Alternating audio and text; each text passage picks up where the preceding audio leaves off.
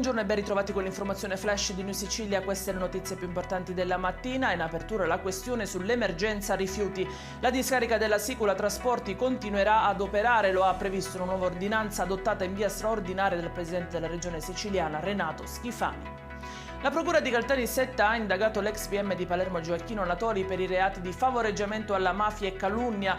La questione riguarda un ramo dell'indagine mafia appalti condotta nel capoluogo siciliano nei primi anni 90. Secondo alcuni il vero motivo della strage costò la vita al giudice Borsellino. Avrebbe abusato sessualmente di 3 minori affetti da patologie dietro compenso di regali come patatine, caramelle e lattine di Coca-Cola. Ai domiciliari è finito stamattina un dipendente di un istituto di cura del Catanese. Le indagini sono partite dopo la denuncia della madre di un tredicenne. Confisca di beni del valore di 65.000 euro per un membro della famiglia mafiosa barcellonese. L'uomo è stato arrestato nell'ambito di un'operazione antimafia. Dalle indagini è emerso come abbia accumulato un patrimonio sproporzionato rispetto ai redditi dichiarati da lui e dalla sua famiglia. E in chiusura un grave incidente stradale avvenuto ieri pomeriggio a Siracusa con 2 minorenni a bordo di uno scooter trasportati d'urgenza in ospedale in condizioni critiche dopo essersi scontrati con un'auto. Anche il conducente del veicolo è rimasto ferito.